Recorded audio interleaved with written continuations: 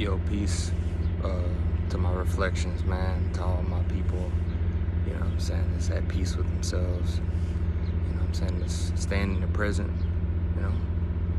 Today I want to talk to you guys about, man, just existing, man, and, you know, sometimes what's been on my consciousness lately, man, how is it that, you know, the people that's very gentle, you know what I'm saying, very loveful, loveful, ones who really feel with genuine love always get treated the worst.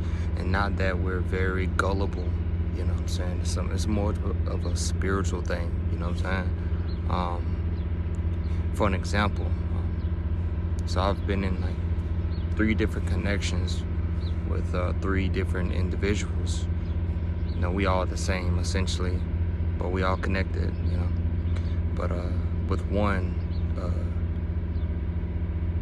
I say the first time I've ever really truly loved somebody, and they, you know what I'm saying, they didn't really reciprocate that energy back, you know what I'm saying.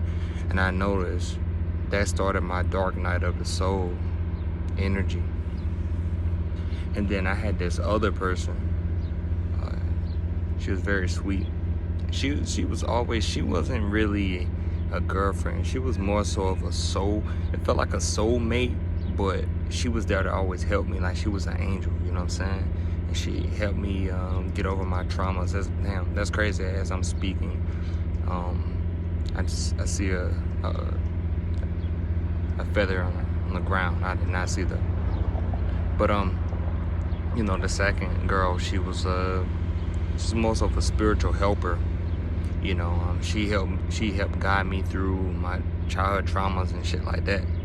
You know what I'm saying? And she helped me be bold enough to speak about it with my loved ones and stuff like that. And then there was this other individual, man. You know, at this point in time, because I'm a Sagittarius, at this point in time, I didn't really want to date.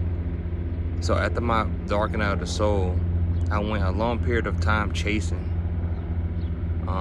That was like in like June of 2024.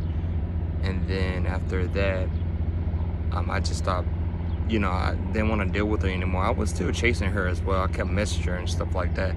And I was on like dating apps and stuff as well. And man, it was a dark period. It was a dark period of my life. But I enjoyed it because it molded me into something very high in spirituality. And what I mean by that is, like, not to sound egotistical, man, because the more spiritual I get, is the more I realize that we're all the fucking same. You know what I'm saying? It's more of a feeling, man. Anyway, so with that third girl, it was crazy. I'm scrolling on like TikTok and stuff, man. You know, just scrolling TikTok, just watching stuff about twin flames and stuff like that. And I'm thinking the girl that started my dark night of the soul, that triggered that, I'm thinking she was my twin flame. So I was always into the twin flame journey. You dig? And then, man, and then I came across this one girl channel, and she was, you know, it was like a little love story. I don't think she posted anything spiritual. I think she was posting stuff spiritual, but the video I watched, it was just her just in the sun and stuff like that. You know what I'm saying? Very spiritual. And I started talking to her. And then, you know, we reached, well, it was kind of like, I messaged her, well, I view her page. I deleted TikTok. I reinstalled it like a couple days, like, I would say like 10 days later. It showed that she viewed mine. I followed her, you know. She followed me like 2 days after that. And then I messaged her, you know what I'm saying? Because she, you know, she pretty, and she very, I mean, it's like I met her before and I've never met her, you know what I'm saying?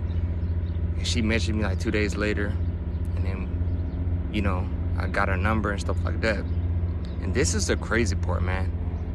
Like, I remember having a conversation with her at night. My first ever down 444 as I look at the time. I was having a conversation with her, man, our first night, and we just throwing back knowledge from the ancient cosmology of flat earth and stuff like that. And then we got into some real serious trauma shit.